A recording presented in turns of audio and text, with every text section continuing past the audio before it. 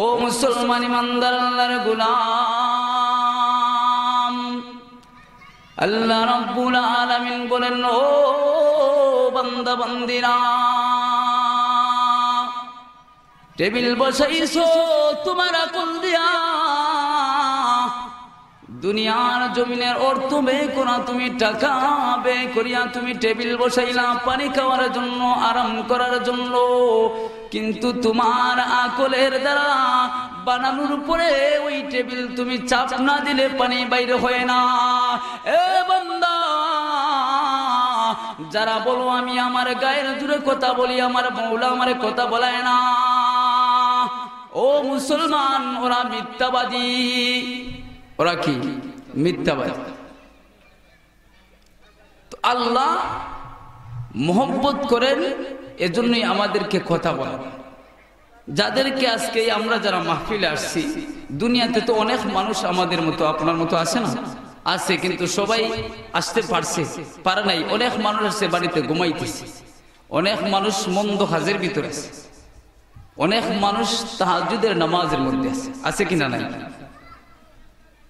যাদেরকে আল্লাহ মোহব্বত করে মায়া করে তাদের দ্বারাই আল্লাহ দ্বীনি কাজগুলো করায়। জুড়ে বলেন সুবহানাল্লাহ। এটা আমার কথা নাই, কোরআন হাদিসের। যাদেরকে আল্লাহ ভালোবেসেন ওদেরকে আল্লাহ তাদের আর ওলি বানায়। যাদেরকে আল্লাহ ভালোবাসেন না তাদের দ্বারা ইসলামের কোনো খেদমত হবে না, ইসলামের কোনো ভালো কাজ হবে না। আপনারাই নিজেরাই দেখেন।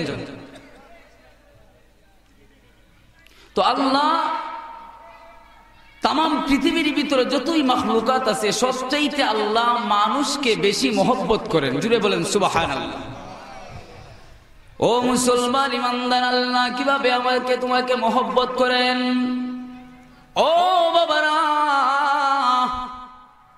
তোমরা তোমাদের বিবেককে প্রশ্ন করো। ও দুনিয়ার জমিনের মানুষেরা, তোমরা দুনিয়ার জমিনের দিকে তাকাও। তুমি আমি সবাই এই ওয়াজ জানি যে আল্লাহ রাব্বুল আলামিন ইনসান বানাইছে আল্লাহর গোলামি করার জন্য, ঠিক না বেঠিক? এখন মুসলমান তাম পৃথিবীর ভিতরে আছে সমস্ত মানুষগুলোকে আল্লাহর গোলামি করে না, কিছু মানুষ আছে গোলামি ছাড়া। আসেনি গোলামি ছাড়া? যারা গোলামি করে তারাও ভাত খায়, যারা গোলামি করে না তারাও খানা খায় কিনা? ও মুসলমান, ইতিহাসের কিতাবের মধ্যে দেখাইতে পারবে না যে কোন মানুষ আজ পর্যন্ত খাবারের অভাবে মৃত্যুবরণ করেছে, এই কথা কেউ বলতে পারবে না।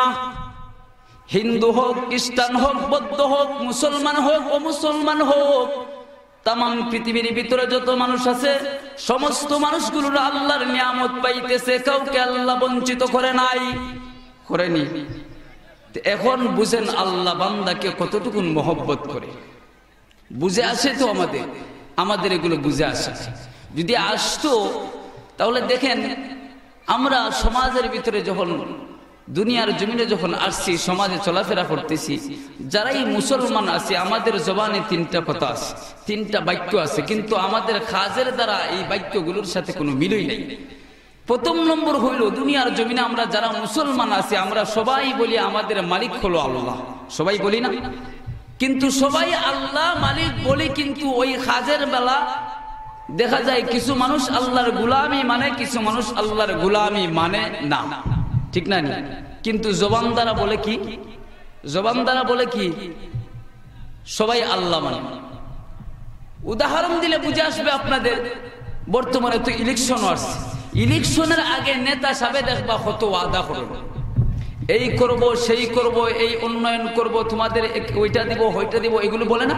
কিন্তু যখন নেতা সাহেব পাস হয়ে যায় তখন ওই জনগণের আর কুছ খবর নেওয়া তার পাত্তাই পাইতা না। তার কাছে গেলে ওই সময় আপনারে আর মানে তার সাথে দেখা করার টাইম পাইতা না, ওই কিনা?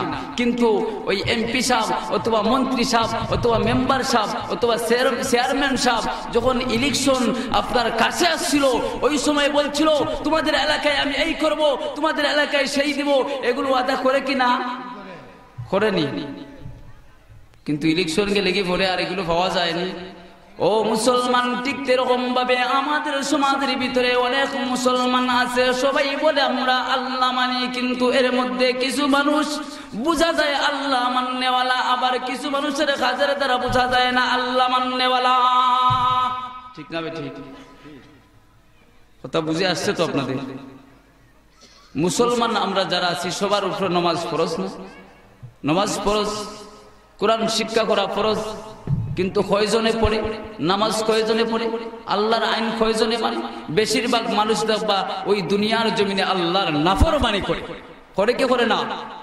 ওই নাফরমানদের কত আল্লাহ খাওয়ায়, খাওয়ায় কে খাওয়ায় না? ও মুসলমান ইমানদার, আর একটা দৃষ্টান্ত দিলে আপনারা বুঝবেন। দুনিয়ার জমিনে যারা আমরা আসছি দুইজনের মাধ্যমে, এরা কারা? ওরা কারা ছিলেন না? কার মাধ্যমে আসছে দুনিয়াতে? মা বাবার মাধ্যমে। মার দিকেই যাই। মার সাথে তুমি যতই অন্যায় করো না কেন, জুলুম করো না কেন, মা তোমার প্রতি রাগ করে না? কি করে না? করে। কইরা আপনাকে আমাকে তাড়াইয়া দেয়। যখন আপনি আমি বাড়ি থেকে রাগ কইরা বাইর হয়ে যায়, মা দেখবা রাইতে ইয়া উঠানো ইয়া লুকাইয়া লুকাইয়া দেখবা মা ঘুমাইছে না। এখন উনার স্বামী যদি হয় এখনো তুমি ঘুমাও না, এখনো হয় আমার আর একটা কাজ রয়েছে, কিন্তু উদ্দেশ্য কি আমার পরে তুমি কাল লিয়াবার করে দিছিলাম, এখনো তো আসে নাই। আসলে তো আমি মন থেকে গাল্লেই নাই, রাগের যন্ত্রণায় তাকে একটু মানে জ্বালা মিটানোর জন্য আমি রাগ করছিলাম। এখন দেখা যায় হাসেই আমার ছেলে চলে গেছে, এখন মা তো এই চিন্তায় আর ঘুমাই না। ঘুমায় কি ঘুমায় না? ইলাহান যারা ওইছে এরা এটা বুঝবা। ও মুসলমান ইমানদার, তোমার মার সাথে অন্যায় করার পর তোমার মা তোমাকে ভুলে নাই, তোমার মা তোমাকে রাইকা খায় নাই, তোমাকে তোয়া শুয়া পড়ে নাই, কিন্তু মার দোয়া কি তা আল্লাহর চেয়ে বেশি নি? আল্লাহর চেয়ে বেশি না? অর্ধেক হতো না। তাম পৃথিবীর মানুষের মানে আল্লাহ মাত্র 1 ভাগ মায়া দিছে, বাকি সব ভাগ মায়া হার গোসর আল্লাহর গোসর। তে আল্লাহ পাক বেশি দয়ালু না? আল্লাহ বেশি দয়ালু না? আল্লাহ রাব্বুল আলামিন বলেন, ও বান্দা বান্দিরা, দুনিয়ার জমিনে সামান্য একটু মহব্বত দিলাম, যেই মহব্বতের কারণে তোমার মা তোমাকে তারা থাকতে পারে নাই, তোমাকে ছাড়া মা কোনো কথাই বলতে পারে নাই। এই মুসলমানের দলে না, তুমি চিন্তা করো আমি আল্লাহ তোমাকে কত মহব্বত করি। জুড়ে বলেন সুবহানাল্লাহ। তুমি যখন মসজিদের মুয়াজ্জিন যখন আযান দেয় আল্লাহু আকবার বলে আল্লাহ সাক্ষী দিতে আল্লাহর চাইতে বড় নাই। এই যুবকের দলেরা, এই মুসলমানের দলেরা, তোমরা মুসলমান বলো, মসজিদে দিয়ে তোমরা নামাজের সময় হাইটিয়া যাও, আর তুমি মুখের দ্বারা বলো তুমি প্রকৃত মুসলমান, তুমি বলো আল্লাহর গোলাম, তুমি বলো আল্লাহ হইল তোমার মালিক, তুমি জবানের দ্বারা বলো, নামাজের সময় কিভাবে তুমি মসজিদ দিয়ে হাঁটিয়া যাও। এখন তুমি যাকে বলছিলা তোমার আল্লাহ হইল তোমার রব, কিন্তু কাজের বেলা অর্ধেক মানুষকেই বোঝা যায় না। ঠিক নেই? যায় কি যায় না? আমরা এলাকার যায় মসজিদে নামাজ পড়ি, মসজিদের পাশে দিয়া গান বাজাইয়া হাইটা যায়। মসজিদের পাশে দিয়া এক হাদিসের মধ্যে আসছে যারা আজান শুনে দূর যায়, কারণ এটা তো আপনারা জানেন আল্লাহু আকবারের ধ্বনি শুনলে শয়তান কই যায়? দূর যায়। মক্কাত আপনার প্রথম জিন্দেগিতে প্রচলন ছিল, বর্তমানেও আমরা সমাজ এটা আছে, আমরা ভালো মানুষের দাওয়াত করি, খাওয়াই না? খাওয়াই কে খাওয়াই না? খারাপ ভালো মানুষ আমরা মনে করি মসজিদের ইমাম সাহেব, মুয়াজ্জিন সাহেব, বড় বড় আলিম উলামা, এরা রীতি মনে করি স্বাভাবিক। ওই যুগও আপনার এরকম ভাবে মক্কার মানুষেরা ভালো মানুষের দাওয়াত খাওয়াইতো। ব্যবসা বাণিজ্য করে যখন লাভবান হইতো তখন তারা আপনার এই ভালো মানুষকে কুইজা খাওয়াইতো। একজন একবার আসছে এক বুজুর্গের কাছে, আইসা বলতেছে আমি নিয়ত করছিলাম একজন মক্কার ভালো মানুষকে দাওয়াত খাওয়াইতাম, এখন ভালো শয়তান খাওয়াইতাম, সে নিয়ত করছে। সবাই তো ভালো মানুষ খাওয়ায়, কিন্তু তার নিয়ত হইল আমি শয়তানকে খাওয়াইতাম। এখন শয়তান রে ফোনচান ফাইবনি, শয়তান আমরার মতনই না? শয়তান কিলা আগুনের তৈরি, এরা দেখা যায় না, হে আমরা রে দেখে কিন্তু আমরা তারে দেখি নাই। তখন বেচারা নিয়ত করছে শয়তান রে খাওয়াইতে, এখন শয়তান রে ধরতে পারবো নি। তখন এই জবাব দিলা, তুমি যদি শয়তান রে খাওয়াইতে চাও, যারা আজান শুনে দূর যায় এরাই মনে করবা শয়তান, এরাই না তুমি দাওয়াত খাওয়াও। কথা ঠিক হইছে না? কোনচান কারণ আমরা কোরআন হাদিসের ভিতরে শুনছি আল্লাহর নাম শুনলে শয়তান দূরে যায়। এখন আমাদের মধ্যে যারা আল্লাহর নাম শুনলে দূরে যায়, এরা মানুষ নাই, এরা শয়তানের খাতারে চলে যায়। কথাগুলো বুঝছেন তো আপনারা? বুঝা যায় তো আপনাদের? এখন বাবারা বুঝেন, চিন্তা করেন, আমার আল্লাহ, আপনার আল্লাহ আপনাকে আমাকে কতক্ষণ মহব্বত করে। যাই হোক ভাই, আমি যদি এই বিষয়ে বলতে লাগি তো আপনার এখানে সারা রাত চলে যাইবে। আপনার আসল যে উদ্দেশ্য, যে আয়াত আপনাদের খেদমতে তেলাওয়াত করেছি, এই আয়াতের ভিতরে আর ঢুকতে পারবো না। আমার আয়াত কিন্তু তেলাওয়াতের মধ্যে আল্লাহ কি বলেন, এই কথাগুলো আপনি আপনাদের খেদমতে সংক্ষেপে বুঝাইয়া আমি আপনার মহামূল্যবান বক্তব্যগুলো শেষ করে ফেলব। যে আয়াতখানা তেলাওয়াত করেছি, ওই আয়াতের ভিতরে আল্লাহ রাব্বুল আলামিন বলেন, ও পয়গম্বর, তোমার উম্মতদেরকে তুমি দিনের দাওয়াত দিবা এমন একদিন, যেই দিনে আমরা সবাই যাইতে হইবে। ওই দিন কোন দিন? মরার পরের যেই দিন। ইয়াউমান শব্দ আল্লাহ ব্যবহার করেছেন। আল্লাহ বলতেছেন, ও পয়গম্বর, তোমার উম্মতদেরকে ওই দিনের দাওয়াত দাও, ওই দিনের ভয়ভীতি দেখাও, যেই দিন সমস্ত মানুষেরা, তাম পৃথিবীর মানুষেরা একত্রিত হইব এক জায়গায়। ওই দিনের ভয় তুমি তাদেরকে দেখাও, ওই দিনের দাওয়াত তাদেরকে দাও। জুড়ে বলেন সুবহানাল্লাহ। আল্লাহ রাব্বুল আলামিন বলেন, ওয়াত্তাকু ইয়াওমান তুরজাউনা ফীহি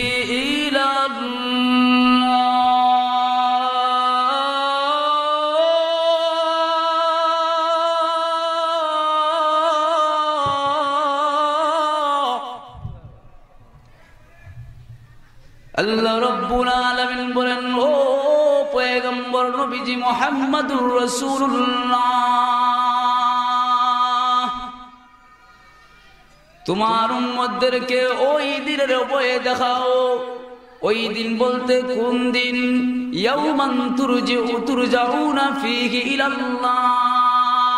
আল্লাহ রাব্বুল আলামিন বলতেছেন, আখিরাতের দিনের ভয় দেখাও, তুরজাউনা ফীহি ইলাল্লাহ। আর ওই দিনের ভয় দেখাও যেই দিন আমি মওলার সামনে প্রতিটা মানুষ দণ্ডায়মান থাকবে। জুড়ে বলেন সুবহানাল্লাহ। এই আয়াতখানা যখন নাজিল হয়েছে, এই আয়াতখানা কুরআনের মধ্যে সর্বশেষে এই আয়াতখানা আল্লাহ নাজিল করেছেন।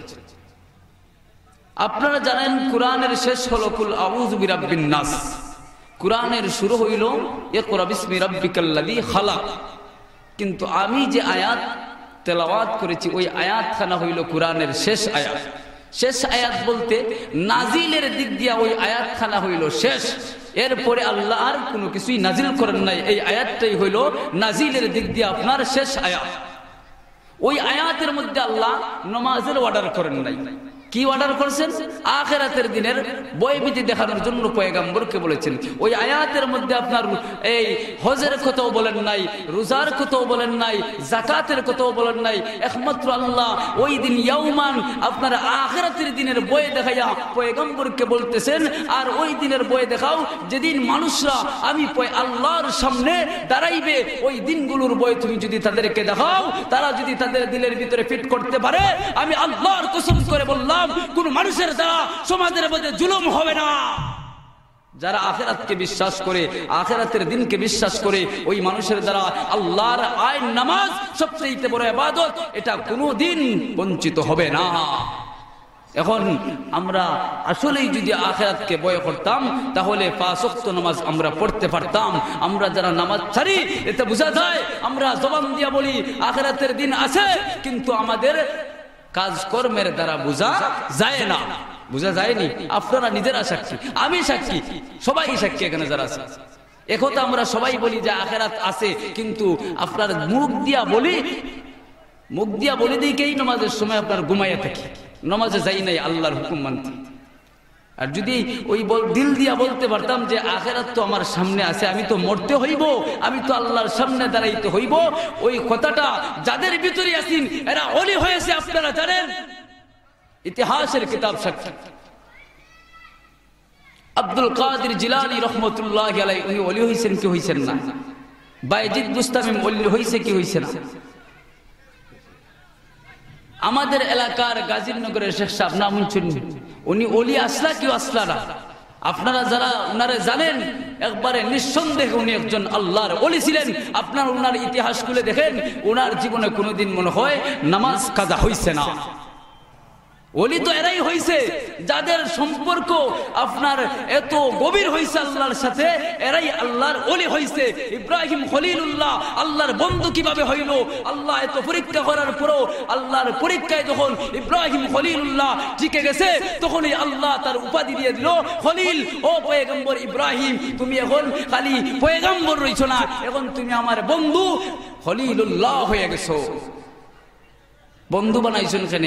পরীক্ষা করতে করতে যখন আল্লাহ যাচাই বাছাই করতে করতে যখন আপনার উনি পরীক্ষায় পাশ করেছেন, ও ভাই হল আমরা দুনিয়ার জমিনই দেখি পরীক্ষায় 1 নম্বর উত্তীর্ণ খেয়ে হয়, ফেল মার্কা ছাত্রের 1 নম্বর দেওয়া হয় না। মেধাওয়ালা ছাত্র যে বেশি পরীক্ষায় লিখতে পারে, যে বেশি আপনার সঞ্চয় করতে পারে, তাকে 1 নম্বর দেওয়া হয় না, যে কম লেখে তার 1 নম্বর দেওয়া হয়। তো সুতরাং যারা আল্লাহর গোলামি বেশি করতে পারে, তারা আল্লাহর গোলামি তার দ্বারা কোনোদিন দুনিয়ার জমিনে ছুটে নাই। এদেরকে আল্লাহ দুনিয়ার জমিনে আমাদের সমাজে ওলি বানাইয়া দিছেন।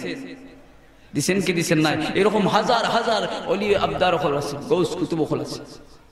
আমাদের সিলেটের শাহজালাল মজরুদে ইয়ামনি রহমতুল্লাহ আলাইহি, উনি গীতা ওলি আসলা। তোমার আমার আল্লাহু আকবরের ধ্বনিতে হিন্দু বেটা আল্লাহ দেয় না, কিন্তু শাহজালালের ধ্বনিতে আল্লাহু আকবরের ধ্বনিতে কৌরব বিন্দুর গীতা বিল্ডিং ভেঙে দশনস হয়ে গিয়েছিল। এই আমরা যে আজকে সিলেট মুসলমান হয়েছি, এই শাহজালালের অবদানের কারণে আমরা আজকে মুসলমান হয়েছি। এজন্যই আমার আল্লাহ বলেন, ও পয়গম্বর নবীজি মুহাম্মদুর রাসূলুল্লাহ, ওই আয়াতের ভিতর আমি তোমার নামাজের কথা বলি নাই, তুমি নামাজের দাওয়াত দাও।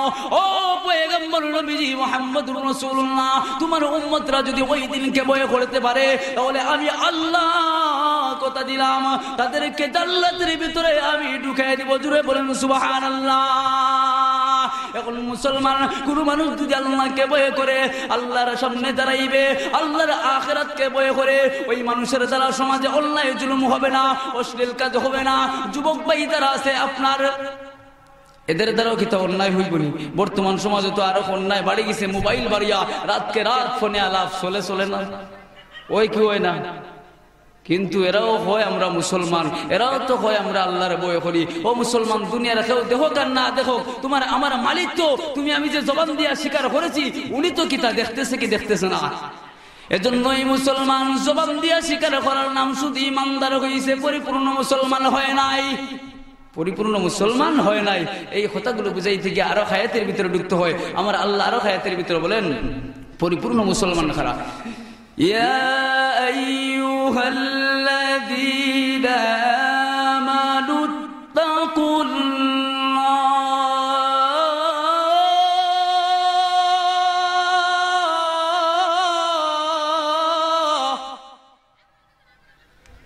হাক্কা তুকাতিহি ওয়া লা তামুতুন্না ইল্লা ওয়া আনতুম মুসলিমুন।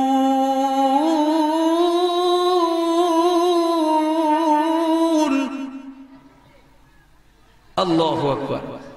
আল্লাহ আয়াতের প্রথম অংশে সমস্ত মানুষদেরকে ইমানদার বলে ডাক দিলেন, আর আয়াতের শেষ অংশে বলতেছেন, ও ইমানদারের দলেরা, তোমরা মুসলমান না হইয়া মৃত্যুবরণ করবা না।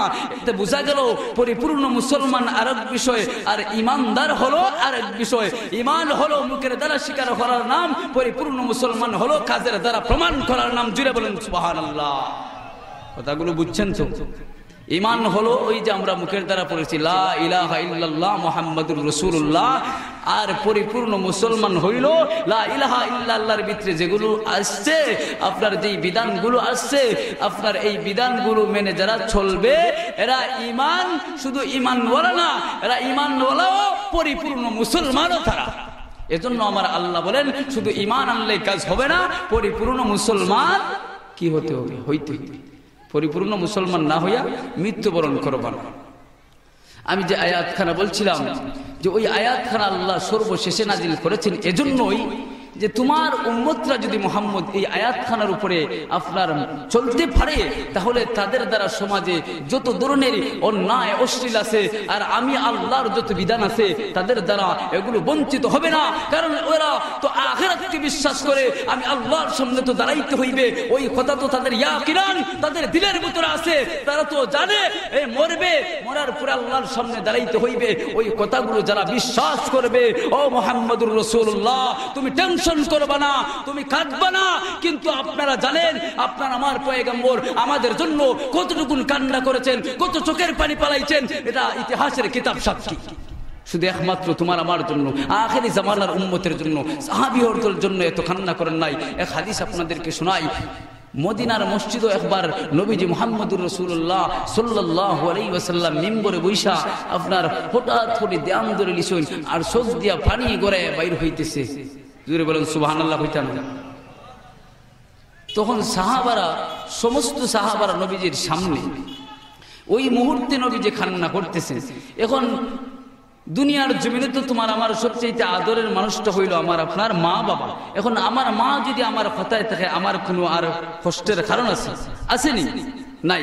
মনে করেন বর্তমানে আমরা টেকারে বেশি মহব্বত করি, মালরে বেশি মহব্বত করি। এই মাল যদি আমার হাতে থাকে আমার আর কোনো খান্দার কারণ আসেনি? আসেনি? হ্যাঁ না একটু বলবা। টেকা যদি বেশি থাকে চিন্তার কোনো কারণ আসেনি? বর্তমান যুগে তো আমরা টেকারে বেশি মহব্বত করি, টেকারে পিছনে করেই তো আজকে আখিরাতটা নষ্ট করতেছি, টেকারে পিছনেই পড়ে সমাজে অন্যায় জুলুম করতেছি, টেকার লুবেই, সম্পদের লুবেই অন্যকে ঠগাই, অন্যের জমিন নিজের হর পেয়ে এনে ফেলি, অন্যের আইল ঠেলাই, অন্যের জমিনের দান আনি, একমাত্র দুনিয়ার লুবের কারণে, দুনিয়ার টাকার লুবের কারণে, দুনিয়ার দন দৌলতের কারণে এগুলো করতেছি আমরা। ঠিক না? এখন ওই সমস্ত দন আমার কাছে আছে, এখন আমার আর কোন টেনশন আছে? তো নবীজির সাহাবারা সবচেয়ে আদরের সাহাবারা, যারা নবীর জন্য মক্কার জমিন ছাড়লো, টাকা পয়সা সবগুলো নবীর জন্য ছাড়লো। শুধু টাকা ছাড়া নাই, নিজের জান পর্যন্ত আল্লাহ রসুলের জন্য কুরবান করে দিয়েছে। ওই সমস্ত সাহাবারা নবীজির সামনে বসা আর নবীজি কাঁদে, এটা তো আশ্চর্যের কথা, এটা তো বড় দুঃখের কথা। তখন সাহাবীরা প্রশ্ন করলেন, ও আল্লাহর পয়গম্বর নবীজি মুহাম্মদুর রাসূলুল্লাহ, ও গো পয়গম্বর, বুঝলাম না, তোমার আদরের সবচাইতে সাহাবারা তো আপনার সামনে গো পয়গম্বর, তোমার বড় বড় সাহাবারা, তোমার জন্য আমরা বাড়ি ছাড়লাম, ও পয়গম্বর, তোমার জন্য আমরা সমস্ত মাল আত্মীয় স্বজন গুলো আমরা ছেড়ে তোমার সাথে চলে আসছি গো পয়গম্বর। এখন তুমি আমাদের সামনে বসে বসে কেঁদো গো পয়গম্বর। ও পয়গম্বর, জবাব দাও, কেন কান্দো? আমরা তো তোমার সাথে আছি গো রসুল। রসুল জবাব দিয়ে, রে আমার সাহাবারা, শোনো, আমি কান্দি কেন? আমি কান্দি আমার বন্ধুদের জন্য। জুড়ে বলেন সুবহানাল্লাহ। সুবহানাল্লাহ হইতো আপনারা রাজি না? সুবহানাল্লাহ হইলে লাভ না খাস্তা? আল্লাহু আকবার। সুবহানাল্লাহ যদি আপনার দিল থেকে বাইরে যায়, আল্লাহর দরবারে কবুল হয়ে যায়, হয়তো পারে আপনার সুবহানাল্লাহর বিনিময়ে আপনি জান্নাতের বাসিন্দা হয়ে যেতে পারবেন। ওইটা কি পারে না? খাল কোন আমল আপনার কোন মানুষই পৃথিবীর জমিনে নাই যে গ্যারান্টি দেয়া জান্নাত দিতে পারবো, একমাত্র আল্লাহর দয়া লাগবো। এখন আল্লাহ কোন আমলটা দয়া করি পছন্দ করবা?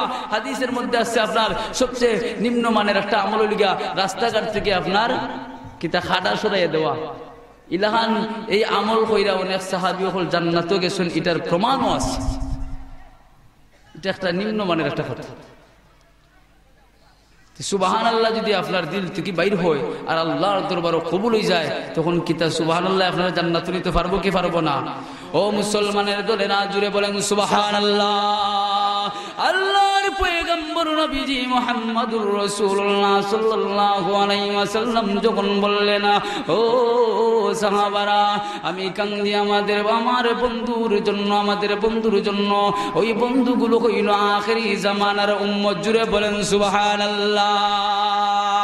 পয়গম্বর যখন বললেন ওই কথা, তখন সাহাবারা বলল, ও আমার আল্লাহর রাসূল, ওগো আমাদের নেতা, তোমার জন্য আমাদের জানগুলো পর্যন্ত কুরবান করে দিলাম, আমাদের জানটা পর্যন্ত আপনার জন্য কুরবান করে দিলাম।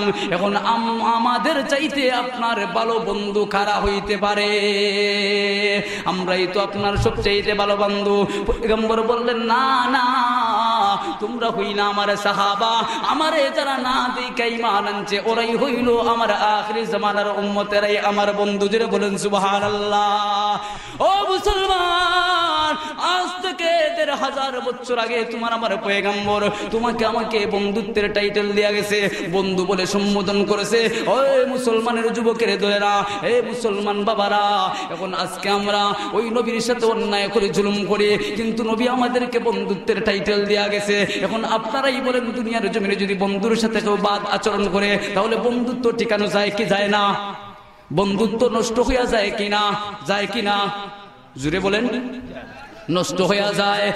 মুসলমান, যেই পয়গম্বর ছাড়া কোন নবী রাসূল জান্নাতের ভিতরে ঢুকতে পারবে না, যেই পয়গম্বর ছাড়া বিচারের মাঠও কায়েম হইবে না, যেই পয়গম্বর ছাড়া দুনিয়ার জমিন আল্লাহ সৃষ্টি করতো না, ওই পয়গম্বরের বন্ধু হইলাম আমরা আখিরি জামানের উম্মতেরা। এখন ওই পয়গম্বর, ওই বন্ধুর সাথে আমরা দুনিয়ার জমিনে জুলুম করতেছি। জুলুম মানে নবীর রাসূলের সুন্নাত আমরা মানি না। কয়জনে মানি? রাসূলের সুন্নাত হইল দাড়ি রাখা, রাসূলের সুন্নাত হইল মিসওয়াক করা, কিন্তু আমাদের কাছে তো এগুলো খুঁজে পাওয়া যায় না। বর্তমান যুগের দ্বারা বড় বড় ডাক্তার বিজ্ঞানী আছে, ওদের কাছে আপনি প্রশ্ন করবেন, জিজ্ঞাসা করবেন, অনেক বড় বড় ডাক্তার ইঞ্জিনিয়ার আছে, ওদের মুখে দাঁড়িয়ে আছে, ওরা মিসওয়াক করে।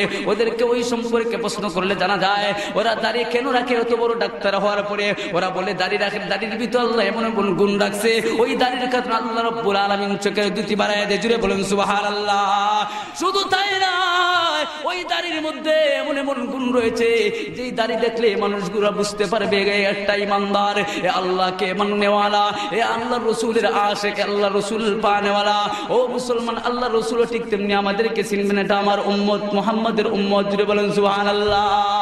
তখন আপনারা বলেন, বাবারা আমাদের সমাজে এগুলো মানুষ মানে কি মানে না। ও মুসলমান, শুধু তাই না, এই সুন্নতের মধ্যে মিসওয়াক হইল আপনার একটা সর্বনিম্ন। ওই মিসওয়াক করলে আপনি যদি বর্তমান যুগের বড় বড় বিজ্ঞানী ওদেরকে যদি প্রশ্ন করেন, ওই মিসওয়াকের মধ্যে আল্লাহ রাসূল সামান্য একটা মুখের ভিতরে ঢালা রাখছে, ওই ডালের ভিতরে এমন কি ফজিলত রয়েছে, ওই বিজ্ঞানীরা বলে দিবে ওই মিসওয়াকের ভিতরে এমন এমন ফজিলত রয়ে গেছে। প্রথম নম্বরে তোমার মৌতটা ঈমানের সহিত হইবে। জুড়ে বলেন সুবহানাল্লাহ। এই মুসলমানের দ্বারা বলতে চাই, যেই মানুষ ঈমানের সহিত মরে যাইবে, ওই মানুষের কি আর কোনো চিন্তা আছে? জুড়ে বলেন, চিন্তা আসেনি? যেই মানুষ ইমানের হালতে মারা যাবে, শাহাদাতের মাধ্যমে মারা যাইবে, এই মানুষের আর কোনো চিন্তা টেনশন আছে কি নাই? আমরা তো দোয়া করি আল্লাহ ইমানের হালতে মারার জন্য। এখন মিসওয়াকের গুণে যদি আল্লাহ আপনার জবান দ্বারা কালিমা বাহির করে দে, ইমানের হালতে মউত করে দে, এটা আমরা কেনা সারি, কিন্তু আমরা মাঝে এটা দেখা যায় নাই। কিন্তু দাবি তো করি আমরা খালি রসুলের আশিক করি, আল্লাহর আশিক দাবি করি, আমরা আল্লাহর মহব্বত করি। কাফের জমানার মধ্যে নবীরা হইতো, আল্লাহ যখন আয়াত নাযিল করলা, আপনার আয়াত তো পরে নাযিল করলা, এর আগে কাফিররা হইতো নবীরে বানানোর পরে নবীরা একবার মানতাম কিতা, আমরা তো আল্লাহরই ভালোবাসি, আল্লাহরই ভালোবাসি। এরা কইছেন কি কইছেন না? আয়াতের শান নজুল হল এটা। তখন আল্লাহ রাব্বুল আলামিন আয়াত নাযিল করলেন, কুল ইন কুনতুম তুহিব্বুনাল্লাহ। এই কাফের বেঈমানরা, তোমরা যদি সত্য কথাই বলে দেখো আমাকে তোমরা মহব্বত করো, তাহলে আমার রসুলের ইতাআত করো, রসুলকে দেখো, রসুলের মডেল দেখো, রসুলের আদর্শ দেখো, রসুলের চরিত্র দেখো। তোমরা যদি সত্যি আমাকে ভালোবেসে থাকো, ও মুসলমানের দলেরা, এখন এখনের যুগে আমরা যারা বলি আমরা আল্লাহকে মহব্বত করি, তাহলে আল্লাহর গোলামি করতে হবে কি হবে না? এখন যারা করে না এরা মিথ্যাবাদী হইল কি হইল না? জুড়ে বলেন। তখন বুঝেন, আমাদের জবানের দ্বারা একটা কথা কই, আবার এই কথাটা আমরা মানতে পারি না। আমরা বলি যে, আমি আগেই বলছিলাম, আমরা সমাজের মানুষগুলোরা তিনটা কথা সব সময় বলি। প্রথম নম্বর আমরা বলি সবাই যে আল্লাহকে তো আমরা কি করি, মানি, আমরা আল্লাহর গোলাম। এটা কিন্তু মুখের দ্বারা যত মানুষ আছে, একবারে নিম্নমানের একটা মানুষও, নিম্নমানের একটা মুসলমানও হইব আমি আল্লাহ মানি। দুই নম্বর বলবো আমার রিজেকের মালিক হলো আল্লাহ। এটা সুবিধার সময় হইব, অসুবিধার সময় হইতো না, ঠিক না নি? ও ভাই যে বেলা সুবিধা ছড়ি বেলা করে রিজেকের মালিক আল্লাহ, যে বেলা একটু কষ্ট করে যায় ও আল্লাহ আমারে খালি দেখুন, আমি আল্লাহর গোলামিও করি, আল্লাহ খালি আমারে দেখুন। ও ভাই হল দুস্থ হল আপনাদেরকে আমি জিজ্ঞাসা করতে চাই, তোমার আমার পয়গম্বর তো হলেন আল্লাহর বন্ধু, যিনি আল্লাহর আরশের মধ্যে গেছেন, উনারে আল্লাহ কম পরীক্ষা করছেন, কম করছেননি। তায়েফের জমিনের ভিতরে আল্লাহর রাসূলের রক্ত বাইর হইয়া জমিনের ভিতরে পড়ছে না? পড়ে নাই, কিন্তু আল্লাহ আটকাইয়া ফেলছে, পরিস্থিতি আল্লাহ আটকাইছে। কেন আটকাইছে? যদি রসুলের জমিনের ভিতরে রসুলের রক্ত পড়ে যাইতো তাহলে তায়েফবাসী ধ্বংস হয়ে যাইতো। এজন্যই আল্লাহ এই জিব্রাইলের মাধ্যমে ওই জমিনের মধ্যে রক্ত পড়তে দেয় নাই। জুড়ে বলুন সুবহানাল্লাহ। যিনি জান্নাতে যাবেন বিনা হিসাবে, যিনি জান্নাত পানেওয়ালা, উনিও কি আমল করেছেন, কি না কেঁদেছেন, উনারে কত পরীক্ষা আল্লাহ করছেন। আর আমরা খালি একটুক যদি খালি একটুক ইশারা দেন তখন আমরা আল্লাহরেও গালি দেওয়া শুরু করে দেয়। কিন্তু পয়লা বলতাম আমার আল্লাহ হইল আমার মালিক, যখন একটু সুবিধা হয়ে যায় এই সময় আমার আল্লাহ এটা দিছুন, আর একটু বেকায়দাত করে গেলেই তখন হয় না। আবার কিছু মানুষ আছে ওই কের আল্লাহ দিতা, আমি যে রাত দিন পরিশ্রম করতে করতে আজকে অতখানো গেছি, হয় কি হয় না? ও মুসলমানের দোরা, তোমার জবান দিয়া বললে তুমি আল্লাহ মানো, কিন্তু তোমার কাজের দ্বারা বোঝা যায় না। তুমি আমি সবাই বলি আমাদের রিজেকের মালিক হলো আল্লাহ, কিন্তু আমাদের অবস্থা দেখলে বোঝা যায় না। আমরা যেরকম ভাবে দুনিয়ার জমিনে ঝুঁকছি, আমরা যেমন দুনিয়ার জমিনে পাগল হইছি, এই রিজেকের জন্য আমরা যেরকম ভাবে আপনার ব্যস্ততায় সময় কাটাইতেছি, ও মুসলমান এগুলো দেখলে বোঝা যায় না আমাদের রিজেকের মালিক আল্লাহ। 3 নম্বর কথা, আমরা সবাই বলি আমাদের মৌতের মালিক হলো আল্লাহ, আখিরাতের দিকে আসছে সবাই বলি আমাদের মালিক হলো আল্লাহ, সবাই বলি রিজেকের মালিক আল্লাহ। 3 নম্বর কথা কইল সবাই বলি আমাদের মৌতের মালিক হলো আল্লাহ, ওই কথা আমরা সবাই বলি, কিন্তু আমাদের ব্যবহারে দেখলে, আমাদের চাঞ্চলন দেখলে, আমাদের অবস্থা দেখলে বোঝা যায় না আমাদের কাছে মৌত আছে না নাই। আমি যেখান কই আমার কাছে মৌত আছে, তাহলে তো অন্য বাইরে আমি আপনার ঠগাইতাম না, অন্য বাইরে জুলুম করতাম না। এখন আপনি দেখুন চান গ্রামগঞ্জের অবস্থা, আপনার একটা সামান্য একটু জায়গা, তার বাড়ি বাই এ গেলে এই তুই আমার বাড়ি বা এখানে আইলে, এগুলো লিয়া ঝগড়া লাগে কি লাগে না? অথচ এই জমিন তারে গিলে ফেলবে, জমিনকে শেখাইতে পারবে না। এজন্য ভাইয়েরা আমার, আমি বলতেছিলাম আমার আল্লাহ রাব্বুল আলামিন আয়াতের ভিতরে ঘোষণা করেন, ও দুনিয়ার মানুষেরা তোমরা ওই দিনকে ভয় করো, ওই দিন মানে আখিরাতের দিন, আর ওই দিনকে ভয় করো যেদিন তোমরা আল্লাহর সামনে দাঁড়াইবা।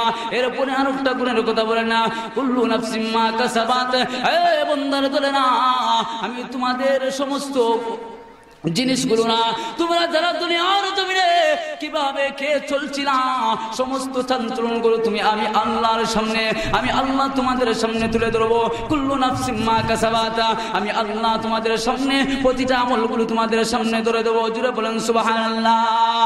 ও মুসলমানের ধরে না, আল্লাহ রাব্বুল আলামিন লাস্টে বলেন, ও পয়গম্বর তাদেরকে ওই কথা জানায়া দাও, আমি আল্লাহ ওয়া হুম লা ইউজলামুনা, আমি তাদের প্রতি চুল পরিমাণ জুলুম করব না। এজন্যই আমার আল্লাহ বলে না, ও পয়গম্বর নবী মুহাম্মদুর রাসূলুল্লাহ, তুমি যদি ওই আয়াত খান তেরে দাওয়াত দিতে পারো, ওই আয়াত কান নিয়ে নসিহত করতে পারো, যারা ওই আয়াত কালিমে ফেলবে তাদের দ্বারা কোনোদিন নামাজ ছুটবে না, তাদের দ্বারা কোনোদিন জিনা হবে না, তাদের দ্বারা ব্যভিচার হবে না, তাদের দ্বারা অন্যের জমিন হরপ করা হবে না। এর কারণ হইল ওরা তো আখিরাতের ভয় করে, ওরা তো আখিরাত বিশ্বাসী, ওরা তো আমি আল্লাহর সামনে দাঁড়াইবে ওই কথাকে বিশ্বাস করে। ও পয়গম্বর, এজন্যই তোমার কাছে ওই আয়াত খানা নাজিল করলাম, তোমার উম্মতদেরকে ওই আয়াতের উপরে তুমি নসিহত করো। ওই আয়াত মানতে পারলেই তোমার আর কোনো টেনশন হবে না। সুবহানাল্লাহ কইতারা না? আপনারা ঘুমাইছে, একটু আগবেন জিকির করেন, লা ইলাহা ইল্লাল্লাহ। ভাই একটু দয়া করে একটু আগে সামনে আগে বসেন, গায়ে গায়ে লাগায় বসেন, আল্লাহর রহমত হবে। লা ইলাহা ইল্লাল্লাহ। প্রধান অতিথি এখনো রয়ে গেছেন, উনি আরাম করতেছেন, কিছুক্ষণের মধ্যে উনি চলে আসবেন। দয়া করে আপনারা সামনের দিকে আগান আর জিকির করেন, লা ইলাহা ও লা ইলাহা ইল্লাল্লাহ। ও মুসলমানের দ্বারা আল্লাহ রাব্বুল আলামিন বলেন, ওয়াত্তাকু ইয়াওমান তুরজাউনা ফীহি ইলাল্লাহ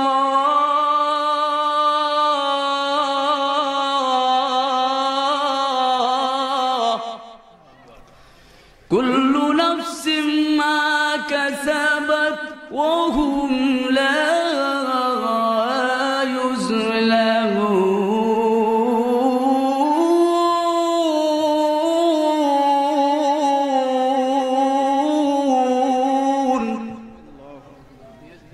আল্লাহ রাব্বুল আলামিন আয়াতের পিছনে চারটা কথা বলছেন। প্রথম নম্বর হলো, ও মুসলমানের দোরেরা, আমরা আখিরাতকে বিশ্বাস করতে হইবে।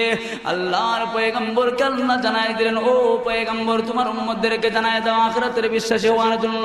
দুই নম্বরে তুমি তাদেরকে নসিহত করো, আমি আল্লাহর সামনে দাঁড়াইবে ওই দিনকে ভয় করতো। তিন নম্বরে তাদেরকে বলো, তারা দুনিয়ার জমিনে যত কর্ম করছে সমস্ত কর্মগুলো আমি আল্লাহ তাদের সামনে তুলে ধরবো। চার নম্বর নসিহত তাদেরকে করো, আমি আল্লাহ তাদের সাথে কোন রকমের জুলুম করব না। সমাজের মধ্যে তো আমরা একজনের সাথে জুলুম করি না, কিন্তু আমার রাসূল বলে না, যার মুখ এবং জবান, যার মুখ এবং হাত, যার জবান এবং হাত অপর বাই থেকে নিরাপদ না, সে প্রকৃত মুসলমান না। এখন ও মুসলমান, আমাদের দিকে তাকাইলে বোঝা যায় আমাদের কি অবস্থা। আল্লাহু আকবার, আমরা পরিপূর্ণ মুসলমান তো হওয়ার দূরের কথা, পরিপূর্ণ ঈমানদারও আমরা হইতে পারতেছি না।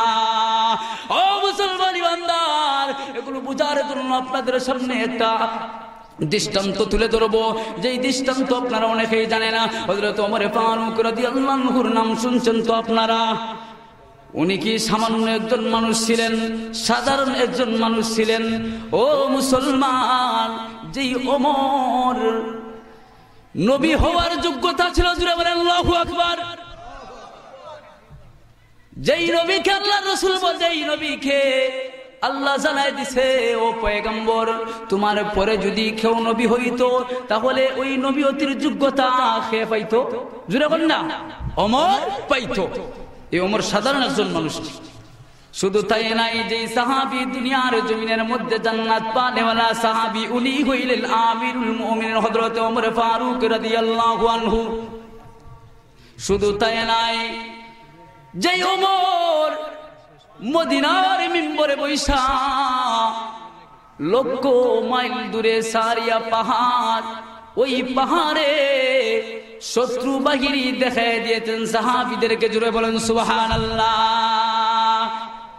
কি আধ্যাত্মিক পাওয়ার ছিল না, দিলের চক্ষু এদের খোলা ছিল। উনি হইলেন আমিরুল মুমিনিন হযরত ওমর ফারুক। উনার একটা দৃষ্টান্ত আপনাদের খেদমতে তুলে ধরবো। তুমি আমি তো সাধারণ মানুষ, এরপরও আল্লাহর গোলামি করতে রাজি না, এরপরও আপনার আল্লাহর আইন মানতে রাজি না, অথচ উনি জান্নাত পানেওয়ালা সাহাবী, জান্নাতের সার্টিফিকেট পানেওয়ালা সাহাবী। যেই সাহাবী মদিনার জমিনে রাতের বেলা কে কি স্বপ্ন দেখতো, সেই স্বপ্নের ব্যাখ্যা বলে দিতে পারতো, সেই স্বপ্ন বিস্তারিত বর্ণনা করে দিতে পারতো। উনি হলেন ওমর ফারুক রাদিয়াল্লাহু আনহু। কিন্তু তোমার আমার সমাজও এমনও মানুষ আছে, দুই ওয়াক্ত যদি নামাজ পড়িলা জামাতের সহিত, তখন হে কয় আমার চাইতে আর বলা মুসলমান তো আর কেউ নাই।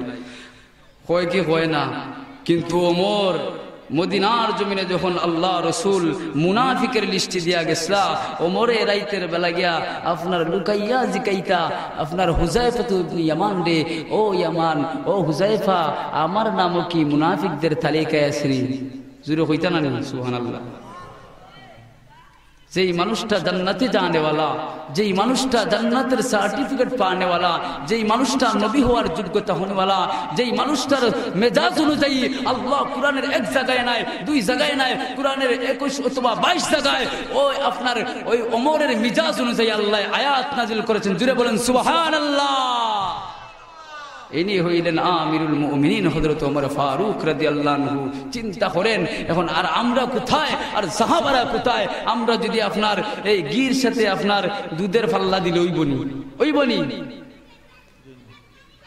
গির সাথে অথবা দুধের সাথে কেরাসিনের পাল্লা দিলে আপনার এক বল দুধের মাঝে এক ফুটা কেরাসিন পড়লে কিতা শেষ কি শেষ না? ঠিক এরকম ভাবে ও মুসলমান, আমরা যারা মুসলমান আছি, মুসলমান একটা বড় একটা ধর্ম, আপনার এটারে সবাই ছিঁড়ে ওই ধর্মের মধ্যে দুইশো একটা কথা ঢুকি যায়। তুমি যদি খালি আল্লাহ থেকে একটু দূরে যাও, তখন তোমার জিন্দগি বরবাদ হইতে বেশি কম লাগবে না। ও মুসলমান ইমানদার, হযরত ওমর ফারুক রাদিয়াল্লাহু আনহু যখন মদিনার প্রেসিডেন্ট হইলেন, কথাগুলো ভালোভাবে শুনবেন। ও বাবা না, আল্লাহর সাহাবী হযরত ওমর ফারুক রাদিয়াল্লাহু আনহু মদিনার প্রেসিডেন্ট হইলেন। মদিনার প্রেসিডেন্ট হওয়ার পরে ওমরের নেতৃত্বের জিহাদের ডাক আসলো। ওই জিহাদের মধ্যে গিয়া অনেক সাহাবারা শহীদ হয়ে গেল। ওমরের ডাকে জুড়ে বলেন সুবহানাল্লাহ। এ মুসলমান, কিন্তু আমাদের সমাজে আমাদের রাসূলকে গালি দে, কিন্তু আমরা কোনো গুসা আয় না। কিন্তু এমনি খালি মিছিল দেয় আমরা রসুলের আশেক, রসুলের আশেক। যখন রসুল রে গালি দে এই সময় মুসলমান তুকাইয়া পাওয়া যায় না, আর রসুলের আশিক তুকাইয়া পাওয়া যায় না। এখন আমরা হইলাম সব মিষ্টি খাওয়া মুসলমান সকল। এখন ঠিক ঠিক না? ঠিক। রসুলের জন্য সাহাবারা জীবন দিয়েছে, আর আমরা এখন জীবন তো দূরের কথা, মাল দিতে আমরা জানে মানে না। মাল তো দূরের কথা, রসুলের সুন্নত মানতে আমরা জান চায় না, কোনটাতেই আমরা নাই। ওমর ফারুক রাদিয়াল্লাহু আনহু মদিনার গভর্নর, ওমরের নেতৃত্বে অনেক সাহাবারা গিয়া জিহাদের মধ্যে শহীদ হয়ে গেলেন। ওমর অনেক চিন্তার ভিতরে পড়ে গেলেন। ওমর রাদিয়াল্লাহু আনহু মদিনার প্রেসিডেন্ট যখন ছিলেন, ওই সময় ইতিহাসের কিতাবে সাক্ষী আপনারা জানেন, ও মুসলমানের দ্বারা বাঘ এবং হরিণ এক ঘাটে পানি পান করেছে। এমন ভাবে ওমর রাদিয়াল্লাহু আনহু প্রেসিডেন্টের দায়িত্ব পালন করেছেন। এমন ভাবে আপনার প্রেসিডেন্টের উনি দায়িত্বটা আদায় করেছেন, যেই প্রেসিডেন্টের দায়িত্ব আদায়ে আল্লাহ রাব্বুল আলামিন খুশি হয়ে গেছেন। এই মুসলমান, এই ঘটনার দ্বারা অনেক অনেক বিষয় শিক্ষা আছে। ও মুসলমান, আপনারা জানেন ইতিহাসের কিতাবের মধ্যে মুসলমানদের মধ্যে যারা নেতা ছিল, ওদের ইতিহাস খুলে দেখা যায় ওরা রাতের বেলা জনগণের পাহারাদারি করছে। জুড়ে বলেন ঠিক না ঠিক? এখন এর দ্বারা প্রমাণ হইল নেতাও হলতে আপনার জনগণের খেদমত করা, ঠিক না রে? এখন আমরার সমাজও বেশি দূর যাইব না। মেম্বার সাহেব যখন পাস হয়ে যায় তখন মেম্বার সাহেব তালাশ করে তুকায় পাওয়া যায় না, ঠিক না?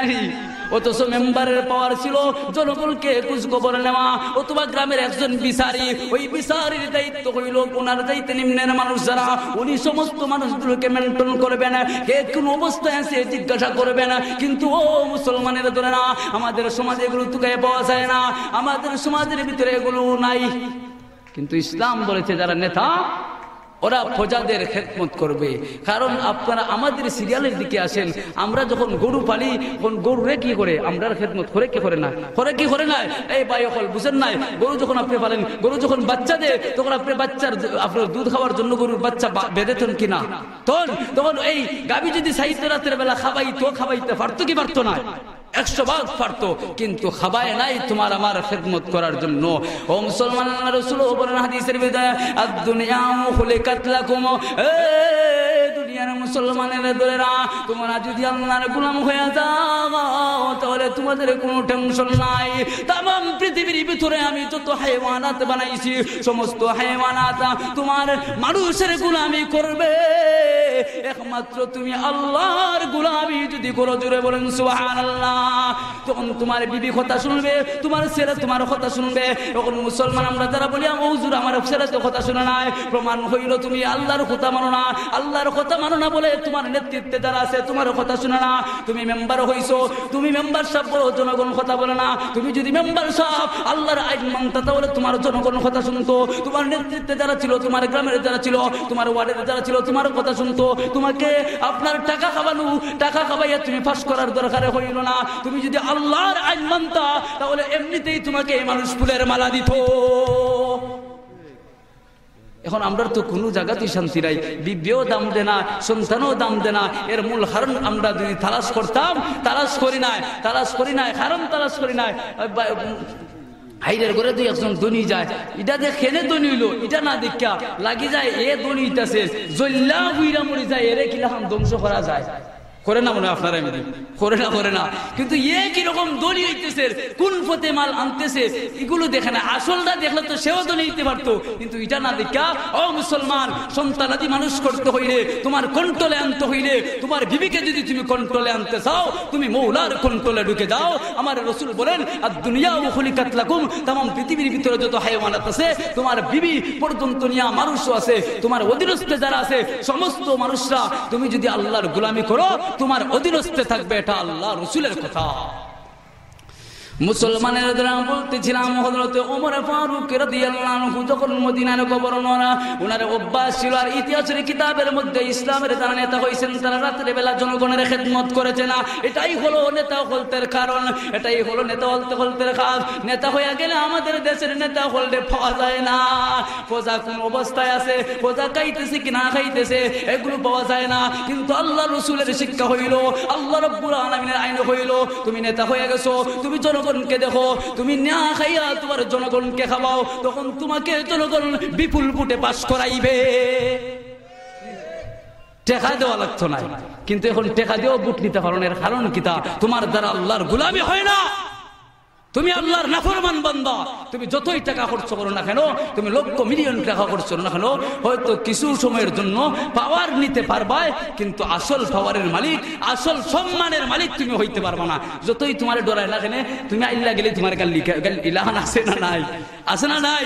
চেয়ারম্যানদের অনেক মানতে পায়, অথবা যে কোনো মানুষই যদি আমার উপর ওলা হয়, হে আমার সাথে যদি জুলুম করে, এবং হে দেখা যায় বড়, আমার খান্দা তাইলে তো তারা কিচ্ছু কই না, হুজুর হুজুর কই। কিন্তু আল্লাহ যখন যায়, আমরা যখন ছোটবেলা পড়ছি, হুজুরে যখন বেশি মারতা, তখন হুজুর আল্লাহ গেলে মনে মনে কত যে গাইল দিতাম, ইলাকান সকলেই করছেন, আমি খালি একলা খেনে এই হুজুরে আমার এখানে মারলা এই দুঃখে, কিন্তু আসলে হুজুরে ভালো লাগে এটা তো এই সময় আমরা বুঝছি না।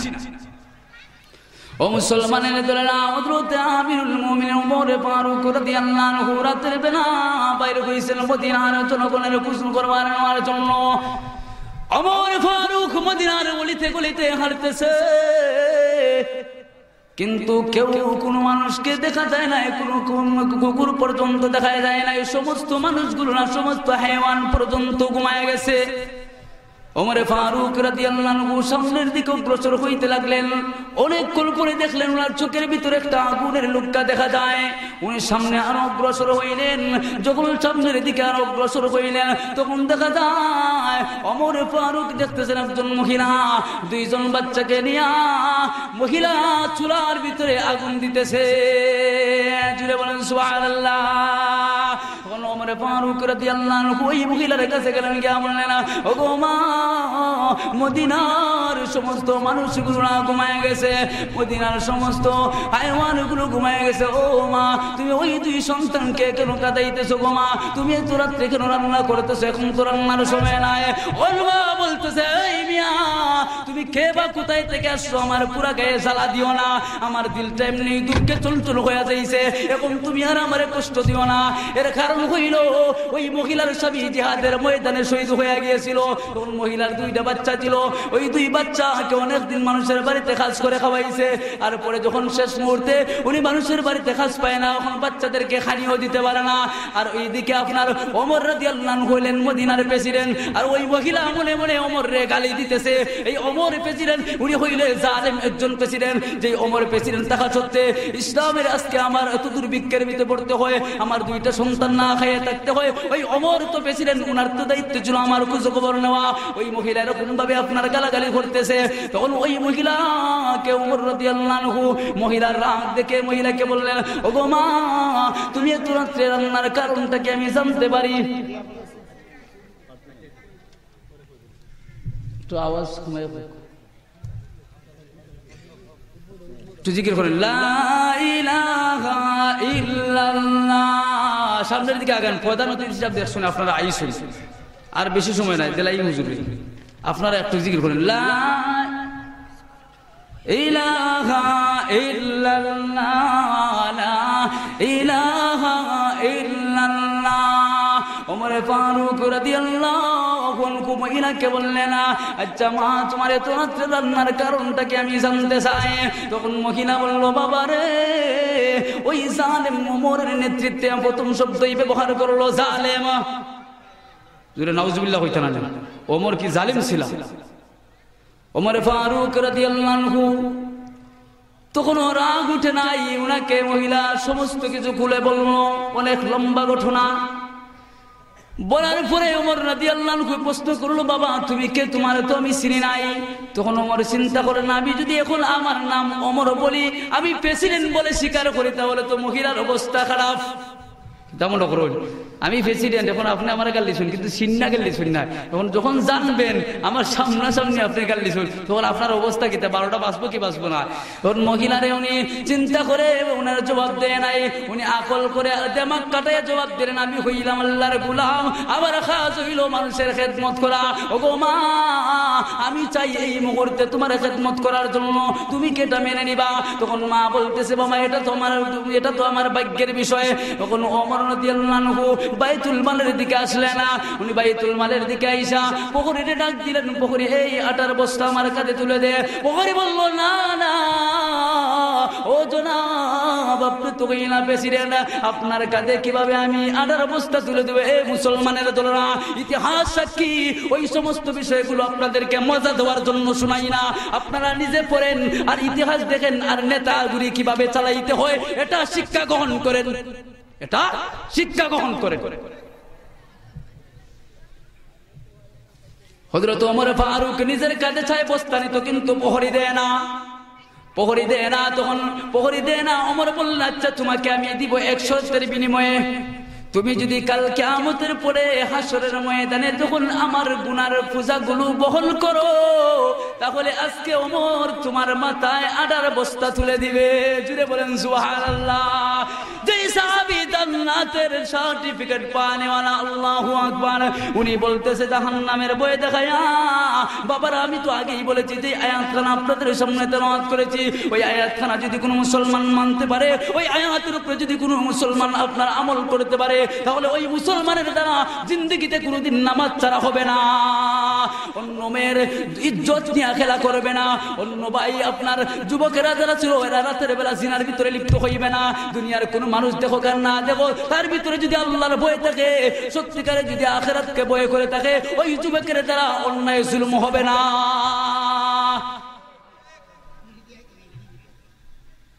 ওমর রাদিয়াল্লাহু আনহু যখন শর্ত লাগাইলেন, তখন শর্ত লাগানোর উপরে তখন প্রহরী আটকে গেছে, না না আমি আপনার গুনার পূজা নিতে পারবো না, সুতরাং আপনি নিয়ে যান। অনেক লম্বা হুজুর চলে আসছেন, আমি আর দীর্ঘায়িত করবো না।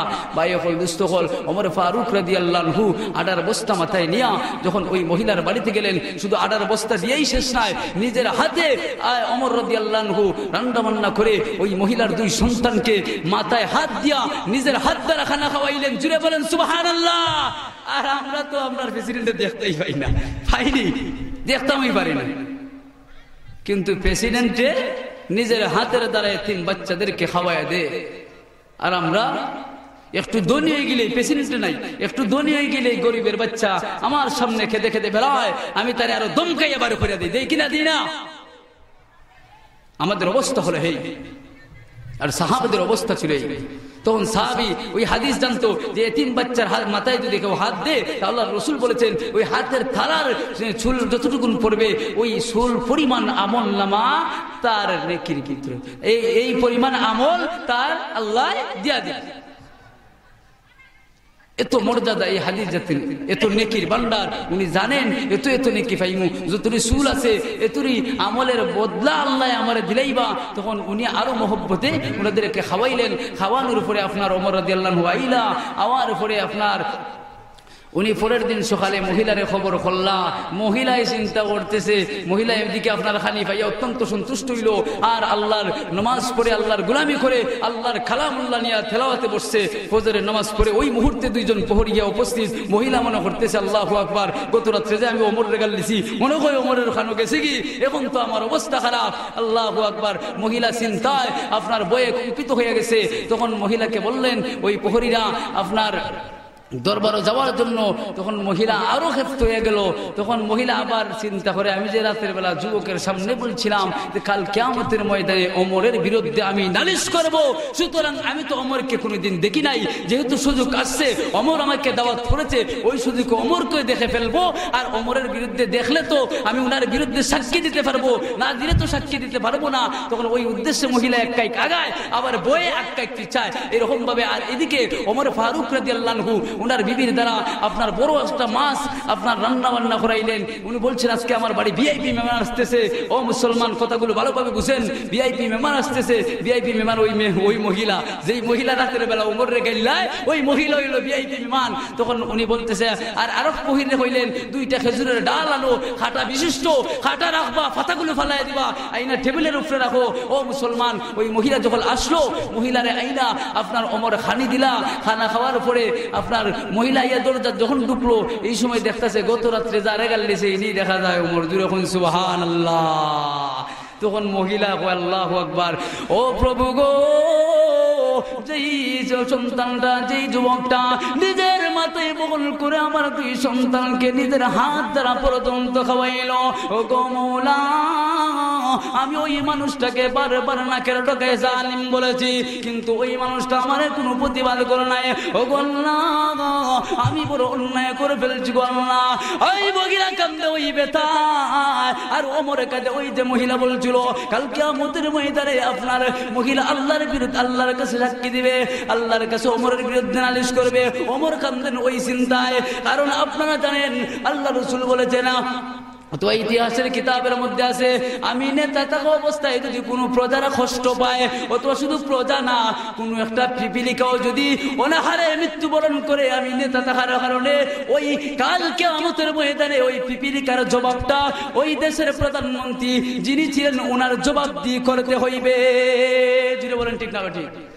তখন ওমর খান্দেন, আল্লাহ আমি তো বড় ভুল করে ফেলছি। আর মহিলা খান্দে, উনি আমারও তো কষ্ট করলো, আর ওনারা এমে গাল্লাই এক পর্যায়ে খাওয়াইলা। খাওয়ানোর উপরে আপনার ওই মহিলার কাছে আল্লাহু আকবার ওমরের জুব্বা খুলে বলতেছেন, ও আল্লাহর বান্দি, ও গো মা, তোমার সামনে খাটা বিশিষ্ট খেজুরের ডাল আছে, আমি ওমর জুব্বা খুলে দিয়েছি, তুমি আমার পিঠ থেকে তোমার বাচ্চা এবং তোমার চোখ দিয়া যতটুকু পানি বাইর হয়েছে, ও গো মা, আমি ওমরের পিঠ থেকে ততটুকুন রক্ত বাহির করো, এরপরও কাল কিয়ামতের ময়দানে আমি ওমরের বিরুদ্ধে নালিশ করব না।